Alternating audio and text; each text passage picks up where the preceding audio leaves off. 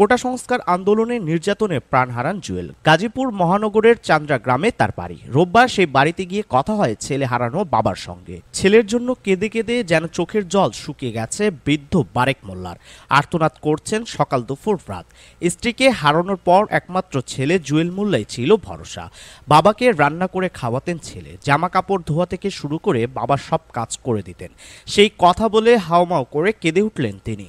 বারেক মোল্লা স্ত্রীকে হারিয়েছেন কয়েক বছর আগে। 2 মেয়ের বিয়ে দিয়েছেন। একমাত্র ছেলে হামিদুল ইসলাম জুয়েল মোল্লাকে নিয়ে ছিল তার সংসার। জুয়েল শুরুতে ছাত্রলীগ করতেন, পরে যুবলীগের সদস্য হন। গাজীপুর সিটির সাবেক মেয়র ও মহানগর আওয়ামী লীগের সাবেক সাধারণ সম্পাদক জাহাঙ্গীর আলমের সঙ্গে রাজনীতি করতেন। জাহাঙ্গীরের সঙ্গে ছিল তার গভীর সম্পর্ক।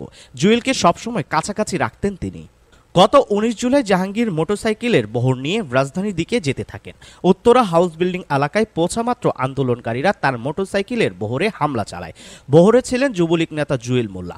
হামলায় জাহাঙ্গীর আলম গুরুতর আহত হন। আরও আহত হন কাউন্সিলর শিপু খান, মীর ওসমান গনি কাজল, প্যানেল মেয়র মাসুদুল হাসান বিল্লা, কাউন্সিলর জাহাঙ্গীর আলম সহ অন্তত 30 জন।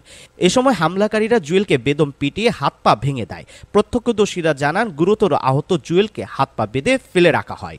প্রত্যক্ষদর্শীরা বলেন জাহাঙ্গীরের ওপর যখন হামলা হয় তখন আঘাত ফেরাতে এগিয়ে যান জুয়েল। এই সময় তাকে জাহাঙ্গীরের পেস আখ্যা দিয়ে ধরে ফেলে হামলাকারীরা। শুরু হয় নির্যাতন।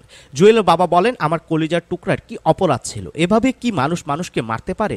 ওদের বুকটা একবারও কাঁপলো না? মৃত্যুর আগে ছেলে হত্যার বিচার দেখতে চান তিনি।